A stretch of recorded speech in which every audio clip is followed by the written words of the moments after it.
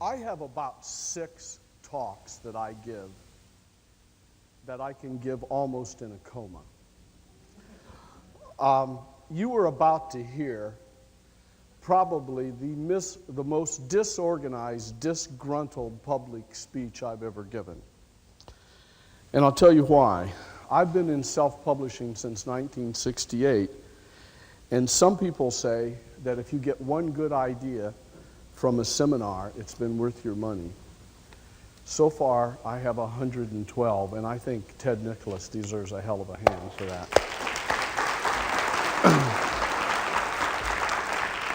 Secondly, it doesn't put a dime in my pocket whether or not you buy his products. And perhaps you shouldn't. Perhaps you should spend the next 25 years learning this stuff the hard way. Because my motto is, you got to be tough if you're going to be stupid. So if you're tough enough, don't buy this stuff. You'll learn it yourself. You know, $250,000 and a quarter century later. I've listened to the audience's questions, and I feel that they have been all intelligent questions. But I also feel they were nearly all off the mark. You people have asked about printing, you've asked about fulfillment, 800 numbers, merchant accounts. Those aren't stupid questions. But let me try and emblazon something in your mind. In self-publishing and in direct marketing, if 100 equals success, 99.9 of that success is getting the sale. And that's what all of your questions should be about. Where do I get my books printed? There are 10,000 people who can print your books. How do I get an 800 number? There are 10,000 services or whatever many for that. How do I get my orders fulfilled? People in the phone book have solved those problems. Never worry about problems that have already been solved by multitudes of people. Now, I'm not berating you for asking these questions. I'm just saying you're asking these questions out of sequence. Because in the larger scene, the answers to those questions are of very little consequence. If you don't know the answer to the one big question, and that is, how can I sell my product on a cost-effective basis? That's what I'm going to talk about. I'm going to talk about how you sell your products, not how you fulfill them, not how you get them printed, not how you get an 800 number or anything. I've been in self-publishing since 1968. I have made so many millions of dollars that I have become a legend in my own mind. None of you should feel jealous about that, because I have the same capacity for keeping my money as a pig has for solving geometry problems. I've got a big earning capacity because I have to, because I'm so stupid about money. But because of self-publishing, and even though I'm an idiot about keeping money, I still manage right now to live in Key West, Florida, in a beautiful home with a double-sized yard, a swimming pool, a jacuzzi, and a waterfall. I drive a Cadillac, bought a Rolls Royce for my girlfriend. I have 3 boats. One is the original Sea Hunt. One is a Ribowitz, which some people consider the finest fishing boat in the world. And almost all of that came from money that has been sent to me in the mail or telephoned to me with credit cards.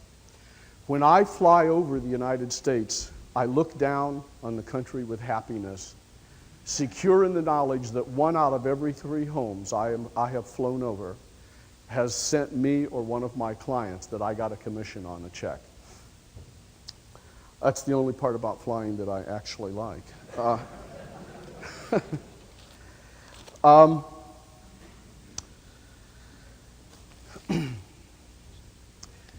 If selling is the number one thing you have to concern yourself with, then the number one question you have to begin with, the bedrock, is what is it that I am going to sell? And Ted has offered you some really excellent suggestions on what to sell. And I am going to give you some almost foolproof suggestions on what to sell.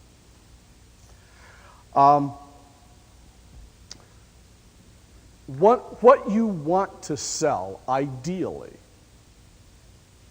is a superior version of a book or other information product that is already selling well with superior advertising. It costs too much to be a pioneer when the road has already been paved. Now, how do you find products, books?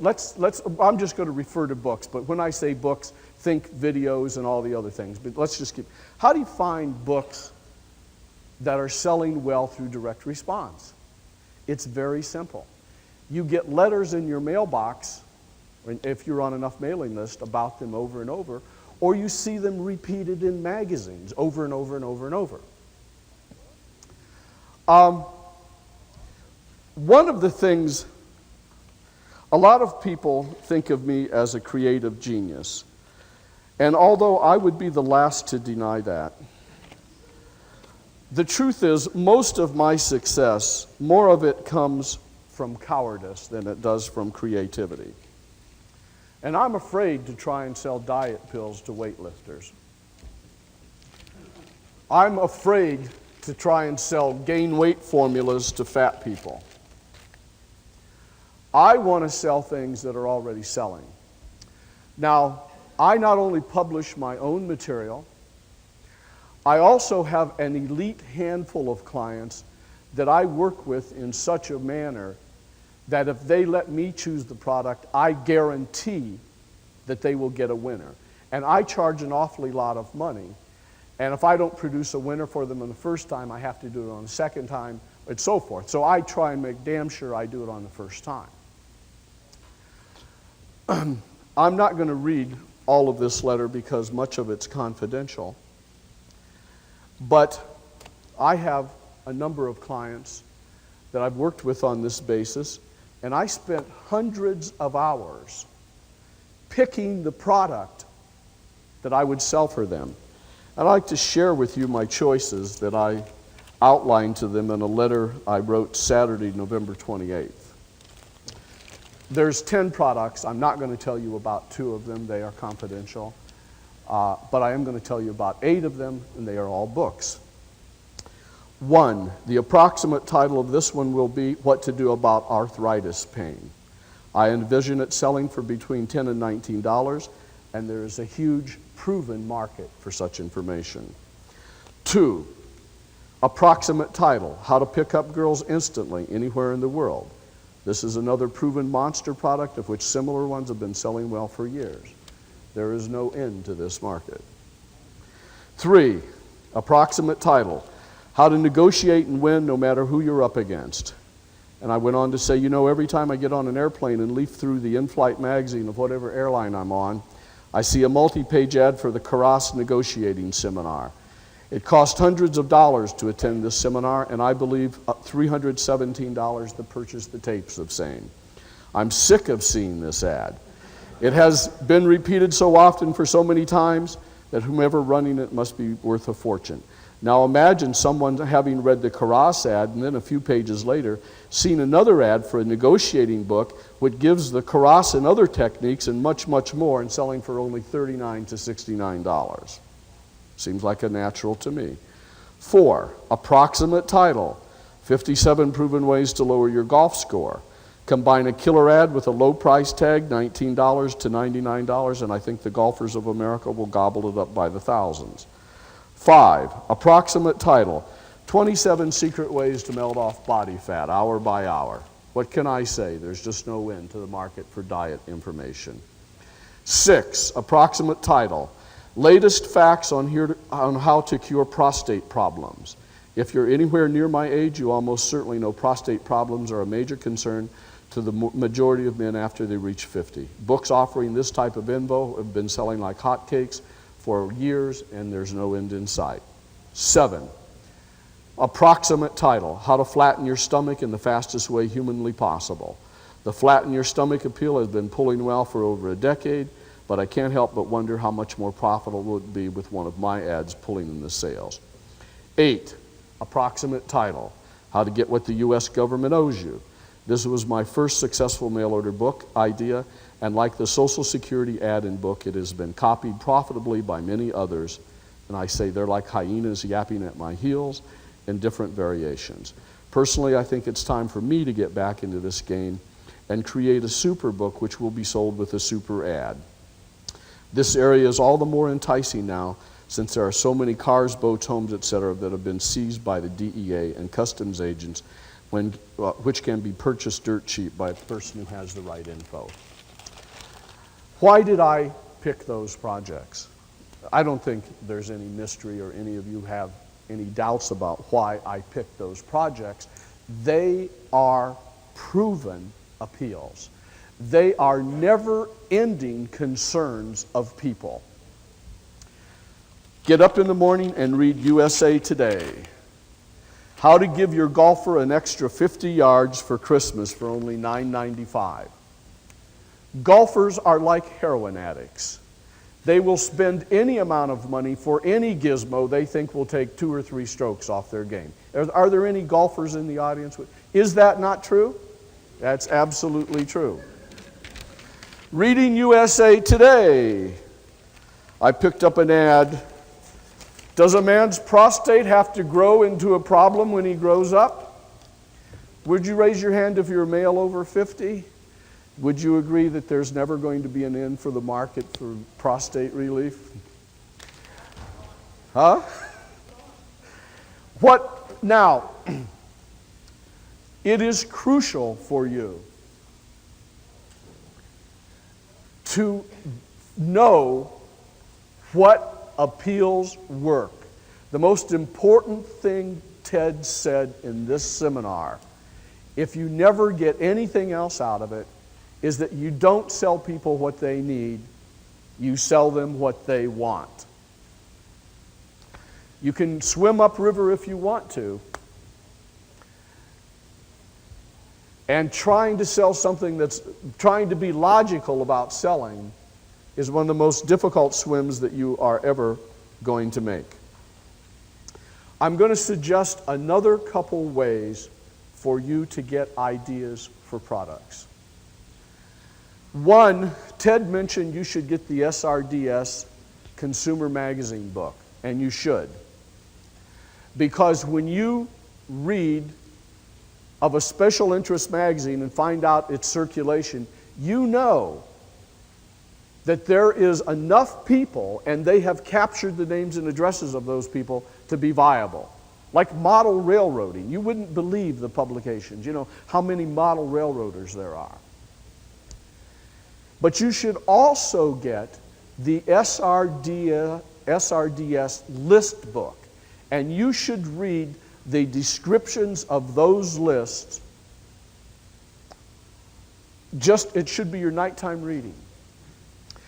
What they do is they list nearly every mailing list available in America. They tell you who owns the list, how to contact them. They tell you how many names are on the list, what the average unit of sale was, and what the appeal was and what they bought. And you will see lists all the way from a couple hundred thousand or a couple hundred names to 78 million names. Now, if you're going to put your time and energy into writing a book And writing is the single most difficult work in the world. Does it not make sense to write a book that's going to sell a ton of copies as opposed to writing a book that's only going to be read by your mother-in-law because she'd be too embarrassed to not to? And so if you read the SRDS list book, for example, and you find that last year 475,000 people purchased by mail a book on how to lose weight, and only 1,250 purchased another book on how to gain weight, what are you going to write your book about? How to gain weight?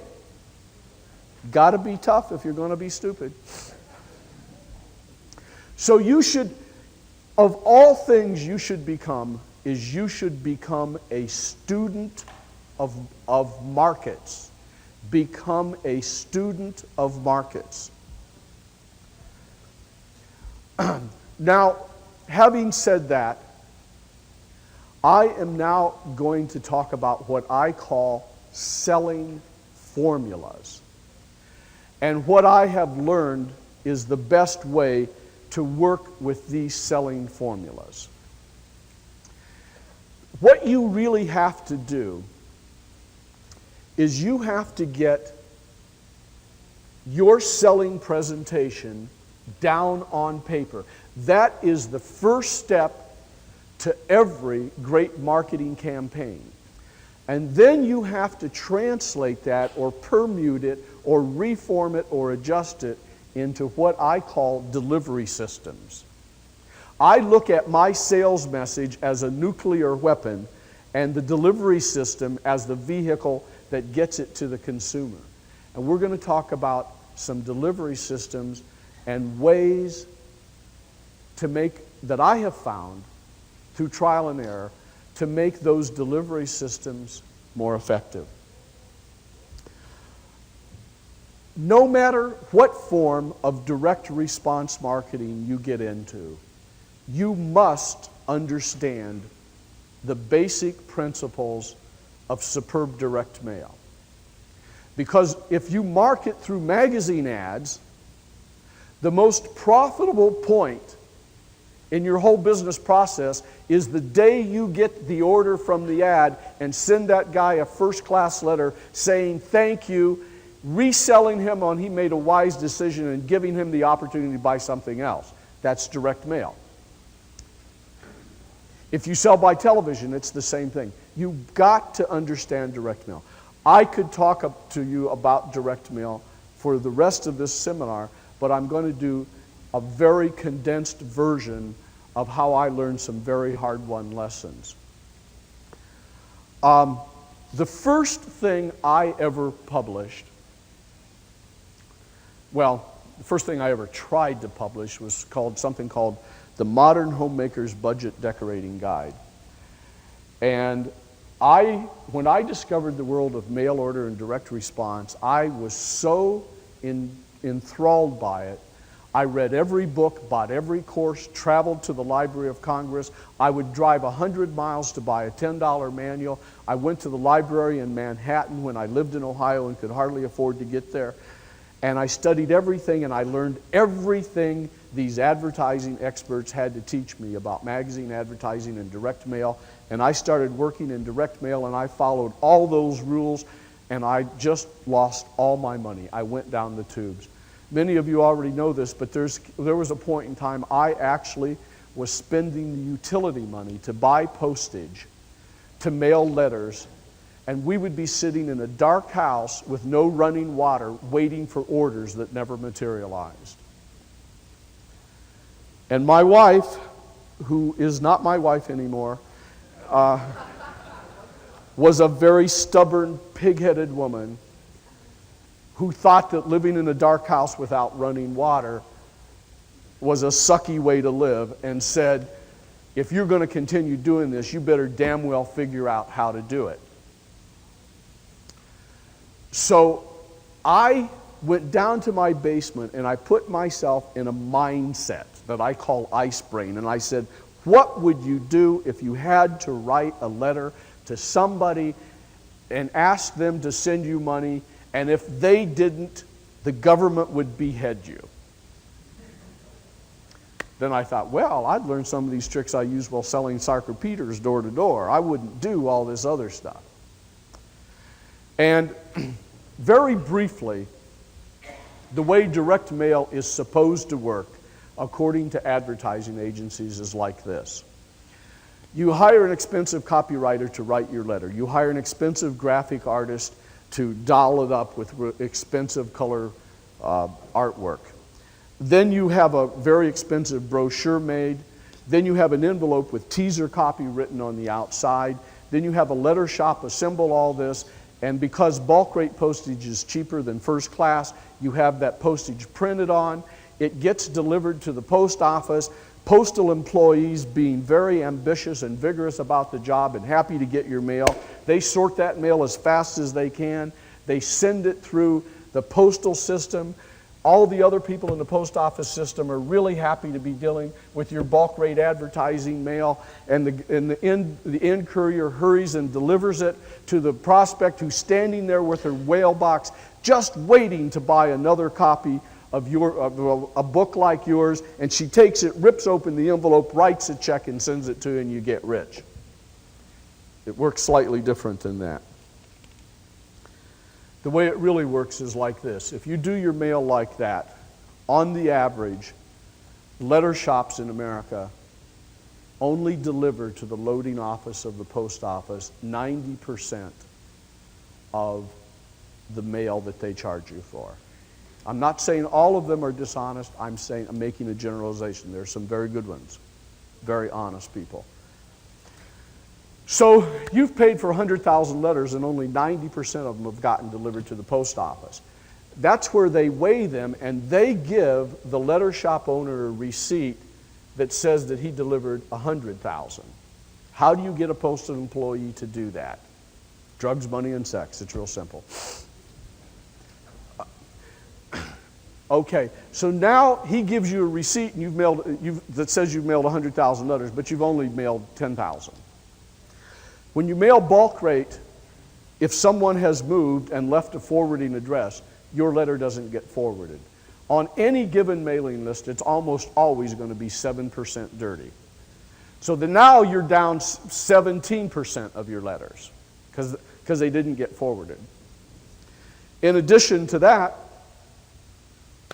17% of properly addressed bulk rate mail that's obviously advertising gets thrown away from the post office. That's the average. So now we're down 34%. That means you paid for 100,000 direct mail sales letters, and you've got 66,000 of them delivered, if my math is correct. Now comes the really bad news.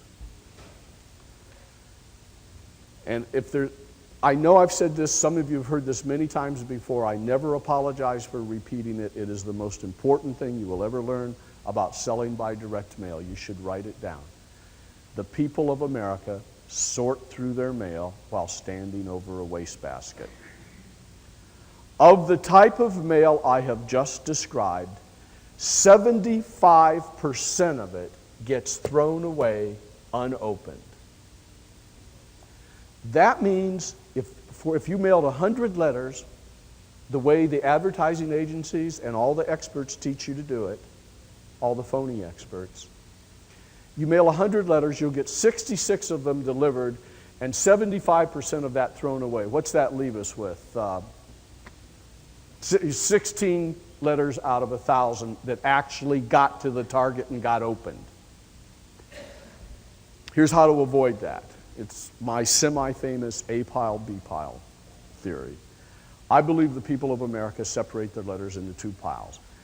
One pile I call the A pile, which is everything that is or appears to be a personal letter. The B pile is everything that's obviously advertising. Everybody always opens all of their A pile mail.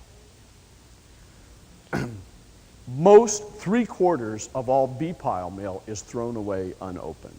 How do you get your mail in the A pile? It's very simple. Suppose you like or dislike what I have to say here, and you decide to write me a letter about it when you go home. What you will do is you'll go home and type the letter, or if you have a secretary, you'll dictate it and she'll type it, you'll proofread it, sign it, you'll put an envelope, you'll write or type my name and address on the outside of the envelope, you'll take a real honest-to-God postage stamp, put it on there, and you'll put it in the mail to me. Right? You won't put any teaser copy on the outside of the envelopes. Personal messages don't have that. Did you ever get a letter from your lawyer where on the outside of the envelope it said, "Here's hot news about your new lawsuit"? Did you ever get a letter from that lady you had a one-night stand with in Atlanta where it said on the outside of the envelope, "Honey, you were great last night"? Personal letters aren't written that way. Personal letters, the biggest reason that people open an envelope, what is it? To find out what's inside. And if you say, "Here's how to get Time Life at half price," you don't have to open the envelope to find out what's inside, because you may not know all the specifics, but in a general way, you know what's in that envelope. A subscription pitch for Time Life magazine. So never use teaser copy, never use bulk rate. Now I'm going to tell you something that might surprise even Ted, because it surprised a lot of big marketers. You can use bulk rate in a way that will be more cost effective than first class mail, and you shouldn't do it anyway. I'll explain why. If you use a buff-colored envelope and a bulk rate stamp and direct impression addressing, the main thing you will do with that is fool the postal system into thinking it's first-class mail and that they have to deliver it. And sometimes, not too often, but sometimes, using bulk rate in that fashion will be more cost-effective than using first-class mail. But here's the rub. Remember when I said on the average, 17% of bulk rate mail gets thrown away? That's the average. Sometimes they throw it all away. Mark Stoddard had a tested appeal. He tested it every way from Sunday. It was a big money maker. He dropped 600,000 pieces of mail and didn't get a single check. He went to Chicago to find out why. It was easy. All 600,000 letters were in the dumpster behind the main Chicago post office. Write this down, please. Bulk rate is the dumpster rate. Make your letters personal. Now, when you use direct mail, sometimes it is very helpful to have an order coupon and a brochure with pictures describing what you're doing. And I found out from a pornographer how to do that and still maintain the personal look. This is a true story. I had a girlfriend that owned one of these private mailbox services, and one of her customers was a pornographer. And he sent out letters just as I described, a pile mail, but he had a white sealed envelope in there, and he said, "Contents." He said, "Warning, do not open this envelope if you are offended by explicit pictures of naked women doing absolutely insane, debauched things, And I got to thinking about that. That's a hell of a good idea for much more palatable marketing things. So I still use brochures sometimes. I still use order coupons and so forth. But what I do is I put them in a plain white sealed envelope and say, "Please read this. Please open this envelope after you've read my letter." Do you see the difference? Selling is like seduction, but it's not rape. And seduction works best if there's a little foreplay, if you go on a date and buy dinner and have a little wine or something, etc., before you pop the big question. This is a cleaned up version of how I usually present this. Because I promised Ted that I would do that. So I'm going to try and make the point in a sanitized way. But what I'm saying here is that it isn't just the question which in that case is, will you go to bed with me? And in your case, it's, will you buy my book? It's just not the question, and it's just not how you ask it, it's when you ask it. It's when you ask it. And the dummies in direct mail land ask the question on the envelope. Before there's been any warm-up, any foreplay, any wine, any meals, any nothing. You know, I can't get many women to go to bed with me under any circumstances, but if I asked them when I first saw them, I think I'd be beaten bloody. That's what these guys are. They're financially beaten bloody. They ask the question out of sequence. That's a very heightened version of direct mail. Make your direct mail look personal from one human being to another. Use first-class postage, direct impression addressing, and if you have to use brochures and order coupons, which are sometimes legitimate, put them in a sealed envelope inside the direct mail piece.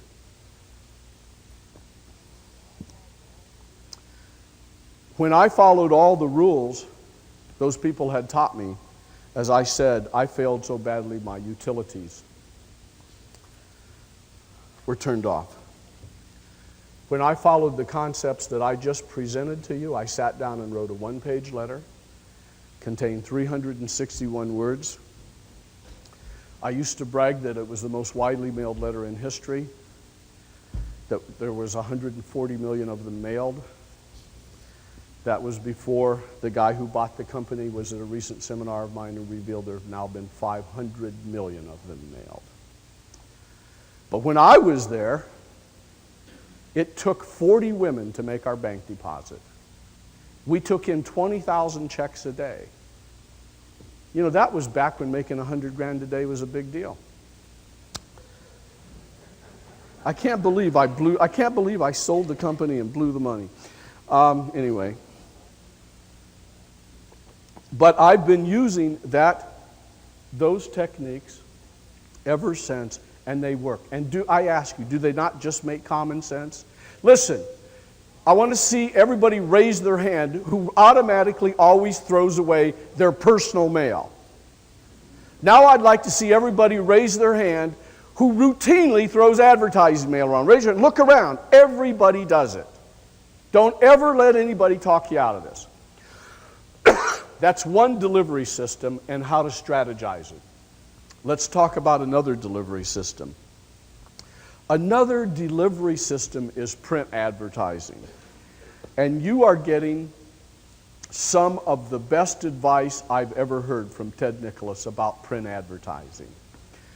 And what I'm going to say is very similar to what he's saying, and maybe it'll just reinforce it, or maybe it'll give you a slightly new perspective.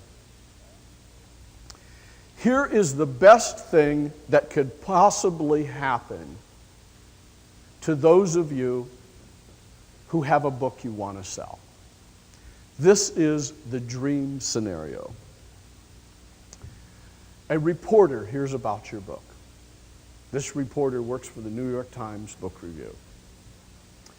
And he gets a copy of it and he reads it. And he falls in love with it. So much so that he wants to meet the author. Or authoress, would that be correct? And he flies out to meet you. And not only does he fall in love with your book, he falls in love with you and your wife and your children and your dog and your cat and everything. And he goes back and he writes a full-page rave review about your book. And as a public service, in the last column of that review, he tells people the price of the book and how to order it. Now, I have a surprise for you. That is unlikely to happen. But you can make it happen. You be that reporter. And you write a rave review about your book that looks like an article. That's very important. There's another note you should take. Ads that have an editorial look, an article type look, get 500% more readership than ads that look obviously like ads.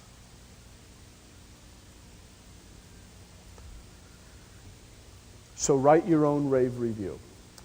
I have mixed results from using coupons and not using coupons in the ad. Usually I don't. Usually I have standard verbiage saying, will this book help you? It's easy to find out with no risk whatsoever. Here's how to order. All you have to do is write your name and address and the words World's Best Diet Book and send it with your payment of $39 plus $3 postage and handling too. And it fits right in there with those The ordering instructions are crucial parts of your advertising, and you should study great ordering instructions. So one delivery system is what I'll just call straight direct mail. Another delivery system is what I'll call straight space advertising. Another delivery system, and I would say to those of you in this room who are working on a limited budget, this is the delivery system that has the highest percentage chance of success of all marketing models known, at least known to Halbert. And that model is running small space display ads that generate leads. Now notice I didn't say classified ads. There's been a lot of people lost a lot of money in classified ads lately because they got suckered into running thousands of dollars of them because they're so cheap. But what the people don't understand is that the offers that work in classified ads relate to subjects that people normally read classified ads for. You don't read classified ads every day. You read classified ads when you want to buy or rent an apartment or sell a house or get a job or buy a car. And if you have an offer related to those things, it'll work in a classified. Generally, your offers won't fall in that category, so you want your lead generating ads to be display ads. Not classifieds, display ads. I have a client who has a book that sells for $1,250. And there is nothing to increase its perceived value. There's no video cassettes with it. There are no audio cassettes with it, and so forth. He hired me to sell it for him, and it's selling like hotcakes. And you know how I did it? And it said, there's a lead-in headline that says, wouldn't you like to make your money bulletproof? And then the main headline says, free report reveals how to pay zero taxes and totally eliminate lawsuits. To get your copy, call such and such a number. Now, the reason you want to run those kind of ads is because the most expensive thing in all advertising is waste circulation. And if you run an ad in a newspaper, and let's say that the ad is for piano lessons, the fact of the matter is that only a small percentage of the people in that paper are interested in taking piano lessons. All the rest of it's waste circulation, and you have to pay for it. And paying a full page for a publication that has 99% waste circulation is too much. So you need this hot little lead generating ad that sucks it out. When the lead generating comes in, you immediately send them by first class mail a multi-page, hard-hitting letter selling the living daylights out of your product. Which brings up a comment. No one's asked me that question. I don't even give people a chance to ask me. Well, nobody will read all that stuff. Here's what the statistics show. 2-page letters, outpull 1-page letters. 4 pages, outpull 2.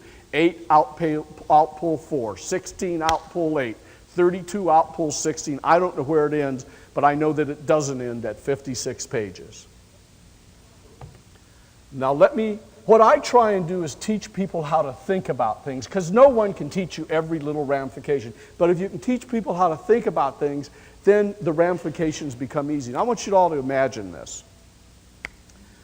I want you to imagine that God, being the merry prankster that he is, got bored one day and took your spouse away from you, and you could never be with your spouse again. And God said, since I'm God and I can do whatever the heck I want to do, I've decided to have a little fun with you. Now, I know that you need a woman if you're a man, or a man if you're a woman. I know you need another spouse. So I've selected 100 of them from which you have to choose one of them to spend the rest of your life with. And just because I'm God, I'm going to make it a little harder. You're not going to get to meet them. You're not going to get to talk to them. You're not even going to get to see a picture of them. I'm going to have each 100 of them write you a letter. And from those 100 letters, you got to pick the man or woman you're going to spend the rest of your life with. What would you want that man or woman to tell you about themselves? Everything there is. I mean, would you like, hi, my name is Bunny. I like astrology and walks on the beach. Sure hope you pick me. That ain't going to make it. That's standard advertising agency stuff. Know this. The people who are non-prospects aren't going to read 3 paragraphs of your ad. The people who are genuine prospects for your product want to know every single damn thing there is about it as long as it's still relevant. Do not worry about long copy as long as it's still relevant. You don't throw it in just to make it longer. It's got to be relevant.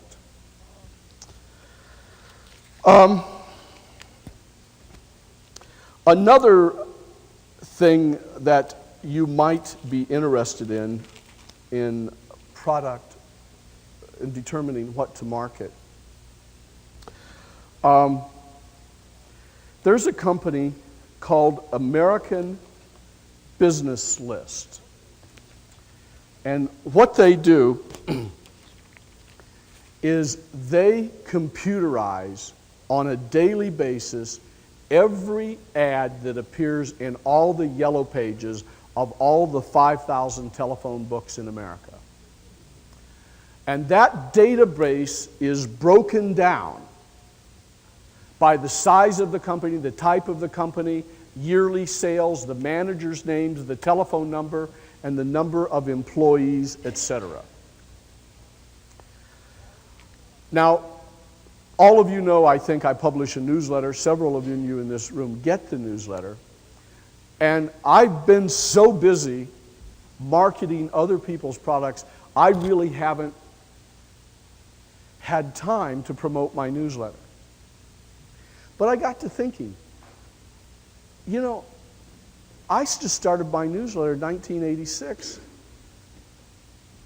I made one mailing to it that brought in $1.75 million. Maybe I ought to get more subscribers. So now I've decided to do that.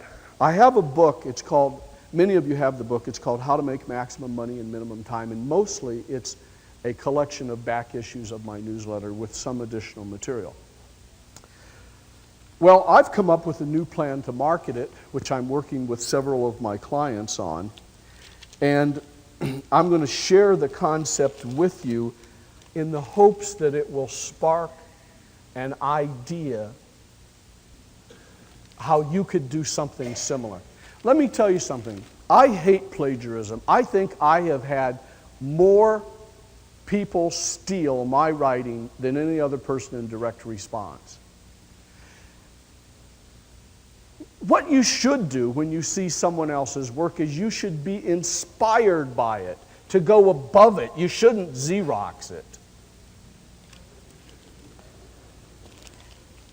Anyway, let me tell you, this book that I have, How to Make Maximum Money in Minimum Time, Again, we're talking about selling formulas. And here's one I'm about to try. I'm going to take the attorneys in the United States. There's 415,000 attorneys. And I'm going to send them all a letter, and it's going to have a big headline across the top, and it says, "Free book by top ad expert reveals how any attorney can double the profits of his law practice." And then I'm going to customize the letter from an attorney's point of view so that he can visualize how the concepts in that book can build his practice. In fact, we're also going to customize the book for attorneys. And then what am I going to do next? My next, I'm going to say, "Free book by top ad expert reveals how any dentist can double the profits of his practice in less than 60 days. And then we're going to go to chiropractors. We're going to go to small business owners, etc. You can make a major, material, magnificent difference in the profitability of your marketing efforts by repositioning your product and your advertising appeal. I'm going to recommend a book that you all should get. I had to travel to the Library of Congress and have someone photocopy the book for me. It was written something like 60 years ago. It remains the best book on publishing, the most informative book on publishing ever written. It's called The First 100 Million.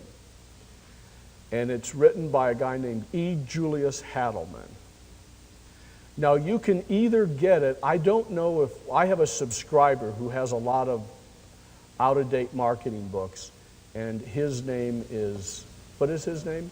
Carl Galletti.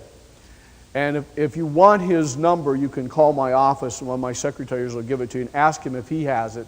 If he doesn't have it, it is worth your while to pay somebody in the Washington, D.C. area $200 or $300 to get them to Xerox a copy of that book for you, and I'll tell you why. E. Julius Hadelman used to sell something called the Little Blue Books. And he would run full-page ads. And the books sold for a nickel, but you had to buy 20 of them. You had to pay $1 worth. And he would categorize them like foreign languages, ethnic jokes. They were all, and most of them were how-to books, self-help, etc., etc., etc. Now, the unique thing about the way he was selling it is that people bought what they really wanted to buy. Now, you women don't know this, but when Playboy first came out, guys like us didn't have the stones just to go say, "Hey, give me a copy of that and pay for it." That isn't the way you bought Playboy back then. You bought National Geographic, and you bought Time, and you bought Life, and then you bought Playboy, and you stuck it in the middle there, and then you took them up to the clerk, and it would be, and that's how you'd buy Playboy magazine when it first came out. Well, guess what?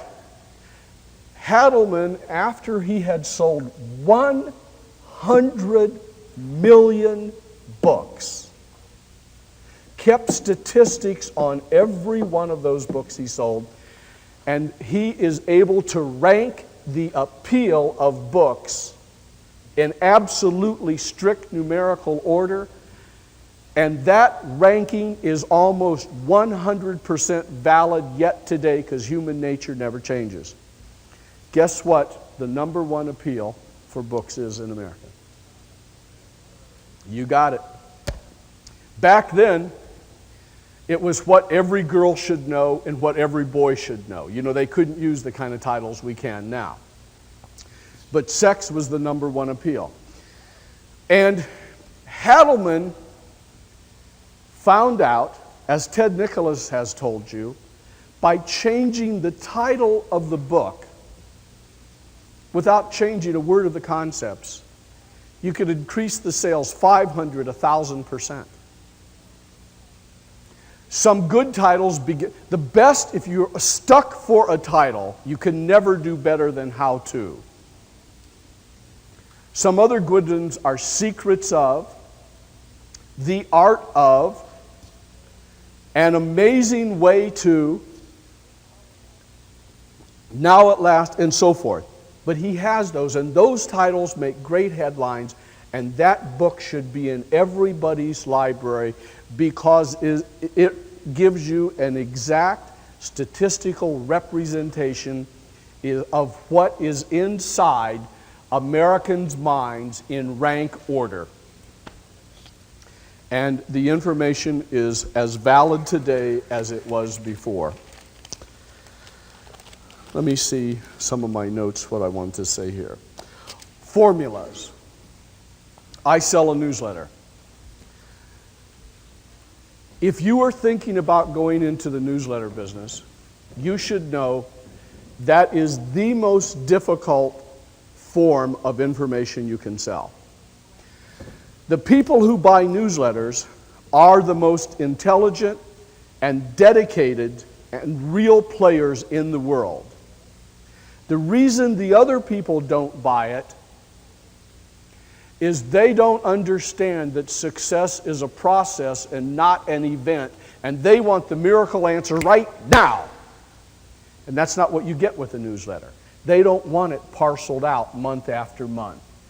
They want one $10 book that tells you where to find the magic genie and what spot on his belly to rub to make the money rain out of the sky.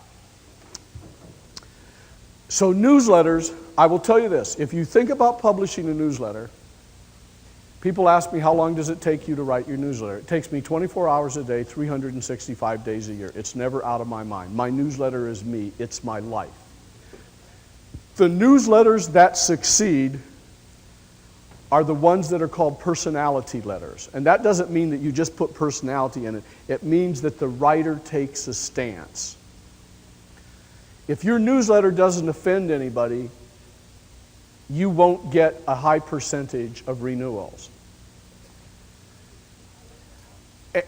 I don't write my letter to deliberately defend people, but I take very strong stances, and I write my newsletter the way I would talk to you after you and I had gone out and had a few drinks together, and we said, hey, let's cut through all the crap. Gary, tell me blah, blah, blah. And some people appreciate that, and a small percentage of uptight PhDs who never made an honest buck in their life do not like that kind of action. But if you're going to write a newsletter, if you're going to publish a newsletter, number one, make sure you are a stone flat out total expert in your field. Don't try and fake a newsletter. Number two, put your personality into it. But this is about how to sell it. And if you're selling a newsletter, there's one way to sell a newsletter that works very well.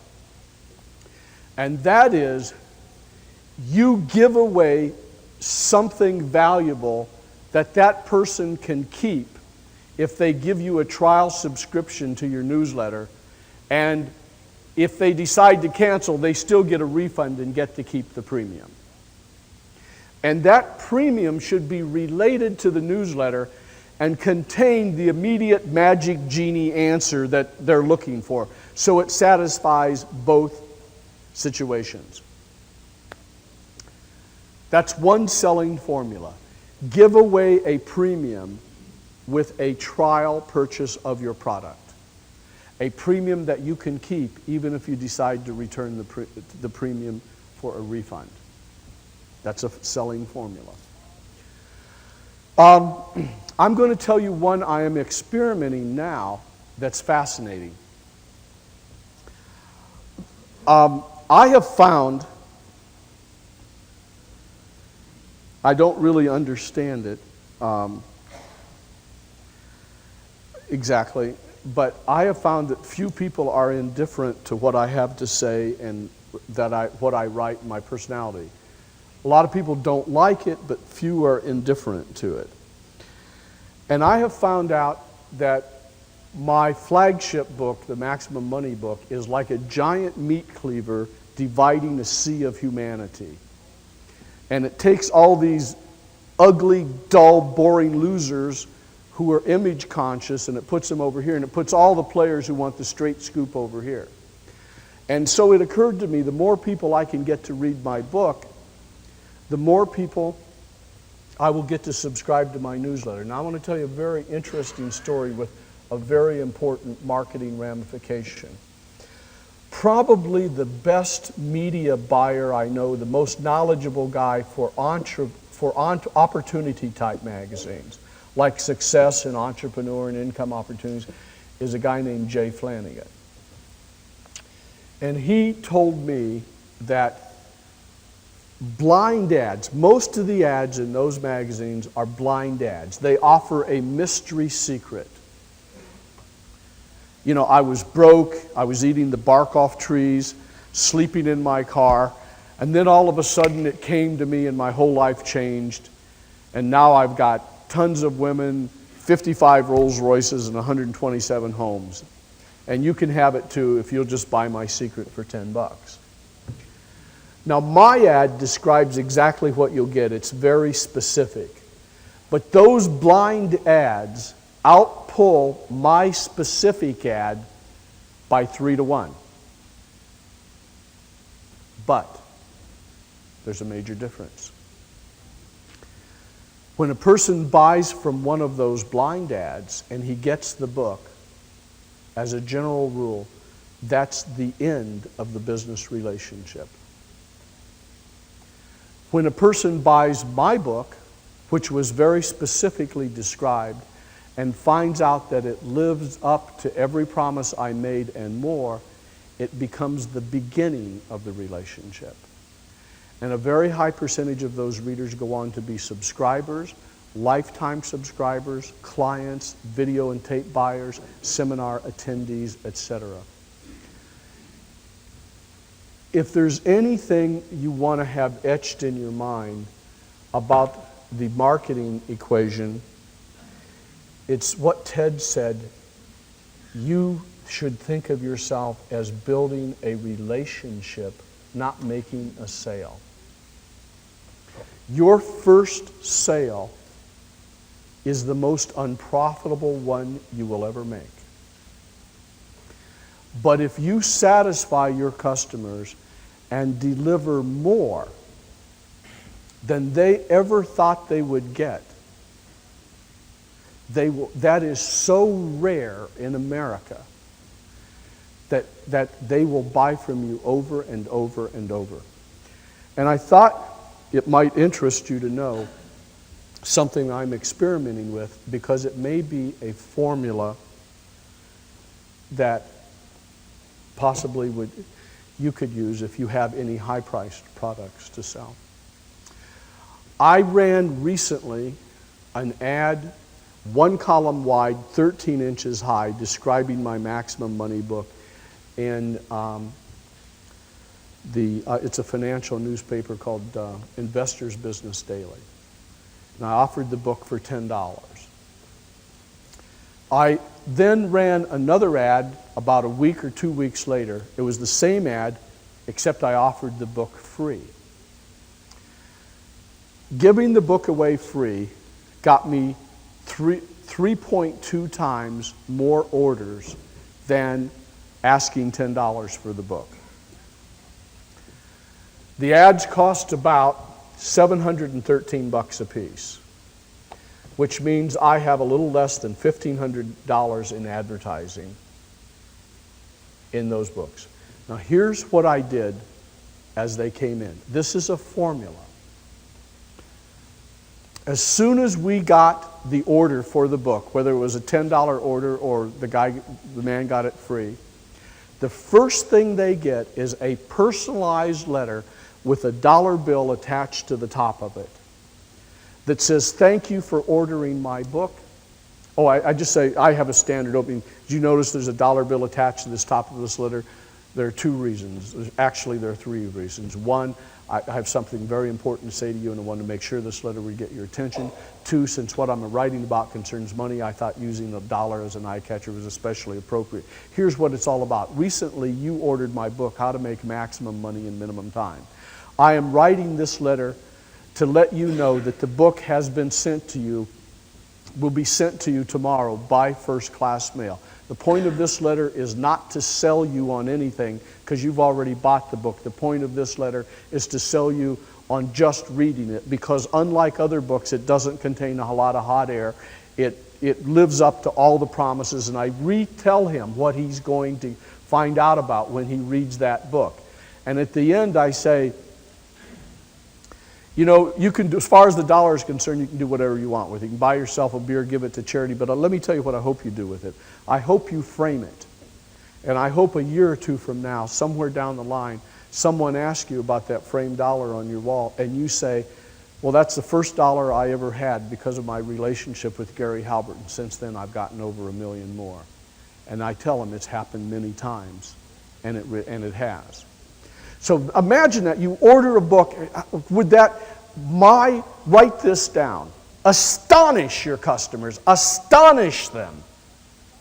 Astonish them.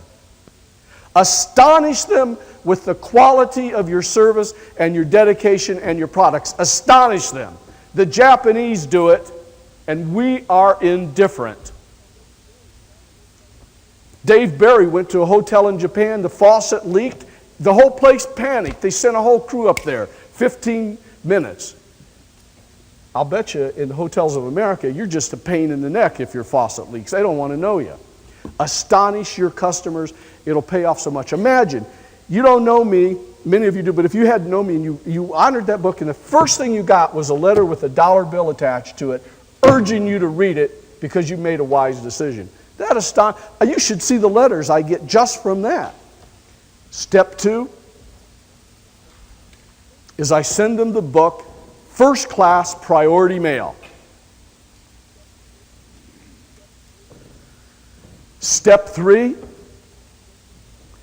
is I send them a letter by Federal Express. And it's a short letter, it's a cover letter. And it says, I want to thank you once again for recently ordering my book, How to Make Maximum Money in Minimum Time.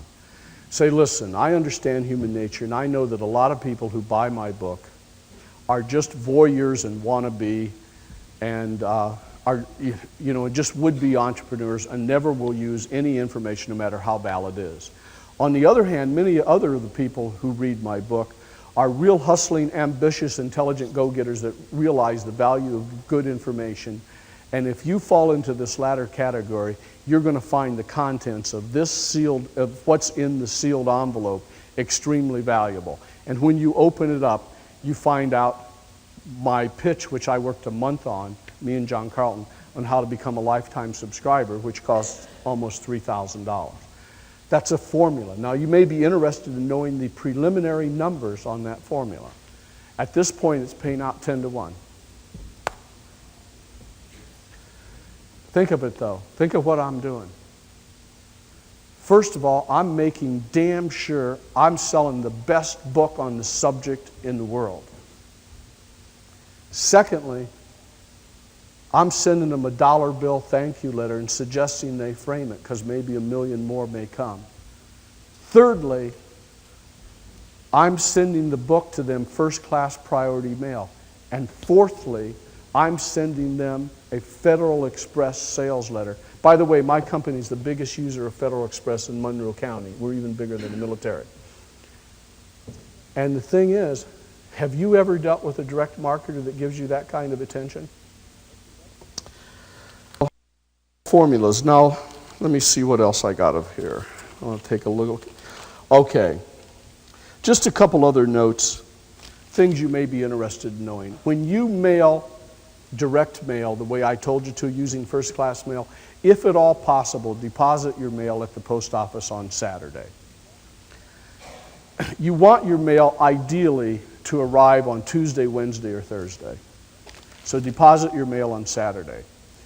Another thing that may interest you is that when you use direct mail, count the day you deposit your mail as day 1, and on day 12, generally, you will have half the orders you're going to get, half the money you're going to get. We call that double day. In first class direct mail, the 12th day is generally double day. When you advertise in newspapers, the first 2.5 days worth of orders is usually half of all you're going to get. If you advertise in a national newspaper like USA Today, and you offer them the option of ordering by phone and by mail, approximately, and this is very rough, don't rely on it, all the phone calls you get on the first day by 5 o'clock will represent approximately 10% of all the orders you're going to get.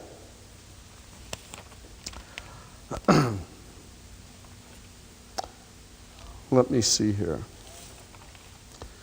I'm going to tell you one more story and then I'm going to conclude. Ted talked about active listening, active viewing, and active watching. You got to be conscious to make it in this world. You got to be alert, you have to be focused, and you should think of yourself, please write this down, become an opportunity detective. I would like to tell you a story about an opportunity detective, which was me. For some reason that I can't remember, I was visiting the Akron Beacon Journal newspaper. And I was talking to one of the executives there. And he was showing me this little form that they sometimes run as a public service called Request for Statement of Earnings. And this little form, you send it in, and you find out how much you've paid into Social Security. And he said, but we don't run anymore. And I said, why not? And he said, because even if we bury it on page 74, we get so many thousands of requests it ties up our staff. And when they would bury it on page 74, I worked out the statistics, something like 17% of their circulation were sending those forms in. So it goes click into my mind. So then I knew that Social Security was a hot subject. So I wrote an ad called How to Collect from Social Security at Any Age, and it had a double coupon. And it said, you fill out the first coupon, and we'll send it to the proper government agency for you. And they will, in turn, send you a statement showing exactly to the penny how much you've paid in. And when you fill in the second coupon and send it in with your payment, we're going to send you a book that tells you how to maximize the return on all that money you paid in. That was in the 1970s.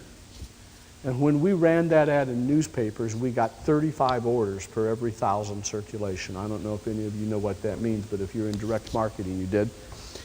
And we made a net profit selling that little book at $3 of $1 million. That book has been ripped off many times. So I decided to rip off the rip-offers, and I've written a new ad for one of my clients. It's called How to Collect from Social Security and Medicare at Any Age.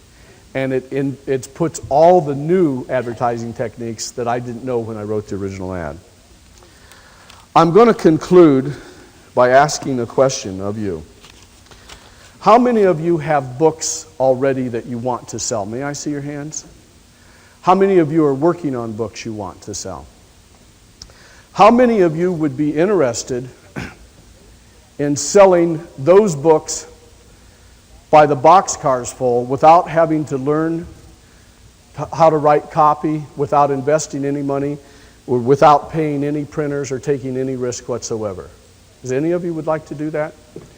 Well, good, because I'm looking for products to sell. And if yours is viable, I'll take it on, get the financing, write the ad, and do the whole thing and give you a commission. Does that sound like a pretty good deal? And I'm pretty good at it. That's all I have to say, except that one of the biggest mistakes people make in selling is that they forget to ask for the order. They get real shy about that. And I'm going to get off the stage now. What I want you to do is give me all a big hand.